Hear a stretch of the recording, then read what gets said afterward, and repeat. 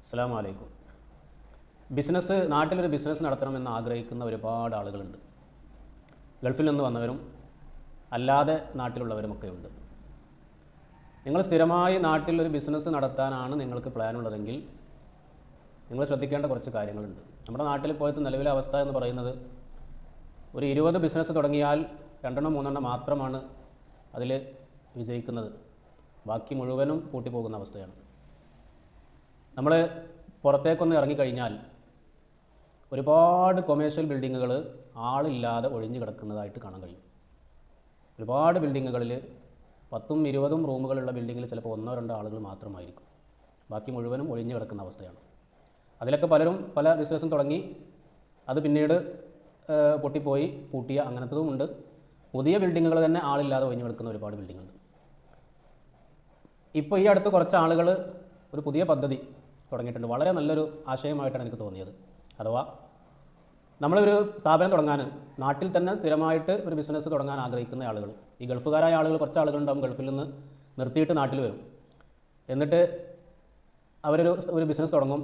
Business നടന്നുകൊണ്ടിരിക്കുന്ന സമയത്ത് തന്നെ അവർക്ക് ഗൾഫ് എന്നൊരു ചിന്ത മാത്രം. അങ്ങനെയുള്ള ആളുകളെ കുറിച്ചല്ല. എന്നിട്ട് അവർ 2-3 വർഷം കഴിഞ്ഞിട്ട് അത് നിർത്തിയിട്ട് വീണ്ടും ഗൾഫ് തന്നെ പോകും. അങ്ങനെയുള്ള ആളുകളെ കുറിച്ചല്ല പറയുന്നത്. മറിച്ച് ഇനി ഗൾഫിലേക്കില്ല, നാട്ടിൽ തന്നെയാണ്, നാട്ടിലെന്തെങ്കിലും ഒരു ബിസിനസ് തുടങ്ങണം എന്ന് ആഗ്രഹിക്കുന്നവരോടാണ് പറയാനുള്ളത്. അഥവാ ഈ പുതിയ ആശയം എന്ന് പറയുന്നത്, ഉദ്ദേശിക്കുന്ന സ്ഥാപനത്തിന് ആവശ്യമായ 1-2 സെൻറ്റ് സ്ഥലം എവിടെയെങ്കിലും റോഡ് സൈഡിൽ വാങ്ങിയിട്ട് അവിടെ നിങ്ങൾ തുടങ്ങുക.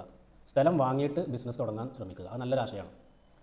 ഈ വാടകയ്ക്ക് ബിൽഡിങ് എടുത്തിട്ട് വാടകയ്ക്ക് റൂമുകൾ എടുത്തിട്ട് ബിസിനസ് തുടങ്ങുക എന്നുള്ളത് ഇപ്പോൾ ഒരുപാട് ആളുകൾ അത് ഒഴിവാക്കുന്നുണ്ട്. കാരണം വാടകയ്ക്ക് ഇപ്പോൾ ബിൽഡിങ്ങുകൾ വാടകയ്ക്ക് ആളില്ലാതെ ഒഴിഞ്ഞു കിടക്കുന്നു. നമ്മളൊരു റൂം എടുത്താൽ അതിന് വലിയ വാടക അവർ ചോദിക്കും. ഇനി ആദ്യമൊക്കെ ചെറിയ വാടകയ്ക്ക് തരും. ഒരു 1-2 വർഷം കഴിയുമ്പോഴേക്ക് പിന്നെ അവരിങ്ങനെ വാടക കൂട്ടാൻ തുടങ്ങും. ഈ വാടകക്കാരുടെ ഒരു അവസ്ഥയാണത്. കച്ചവടം നടക്കുന്നുണ്ട് എന്നറിഞ്ഞാൽ പിന്നെ അവരിങ്ങനെ ഡിമാൻഡ് കൂട്ടും, വാടക കൂട്ടും. അപ്പോൾ ആദ്യം തന്നെ നമ്മളൊരു 1-2 സെൻറ്റ് സ്ഥലം വാങ്ങിയിട്ട് അതിൽ നമ്മൾ ഉദ്ദേശിക്കുന്ന രീതിയിൽ ഒരു ചെറിയ നിലക്ക് ഒരു ബിൽഡിംഗ് ഉണ്ടാക്കിയിട്ട്, ഒരു വസ്തു ഉണ്ടാക്കിയിട്ട് അതിൽ ബിസിനസ് തുടങ്ങിയാൽ ഏറ്റവും നല്ലത് അതായിരിക്കും. ഞാനിത് പറയാനുള്ള കാരണം എന്ന് വെച്ച് കഴിഞ്ഞാൽ, ഒരു അങ്ങാടി വലിയൊരു ടൗണിൽ നമ്മൾ റൂം വാടകയ്ക്ക് എടുത്ത് കഴിഞ്ഞാൽ ഏറ്റവും പ്രധാനമായിട്ട് നേരിടുന്ന ഒന്നാണ് വരുന്ന കസ്റ്റമറിന് വണ്ടി നിർത്താൻ പാർക്കിങ്ങിന് സൗകര്യമില്ല എന്നുള്ളത്. വലിയൊരു അങ്ങാടിയാകുമ്പോൾ ഈ സൗകര്യം തീരെ ഇല്ല. അത് കാരണം ഒരുപാട് ആളുകൾക്ക് കച്ചവടം നഷ്ടപ്പെടുന്നുണ്ട്. വണ്ടി നിർത്താനുള്ള സ്ഥലമല്ല. കാരണം അങ്ങാടിയാണ്, തൊട്ടടുത്ത് കടകളാണ്, മുന്നിൽ സ്ഥലമില്ല, റോഡാണ്. ഈ കാരണം കൊണ്ട് തന്നെ ഒരുപാട് കസ്റ്റമർ നമുക്ക് നഷ്ടപ്പെടുന്നുണ്ട്.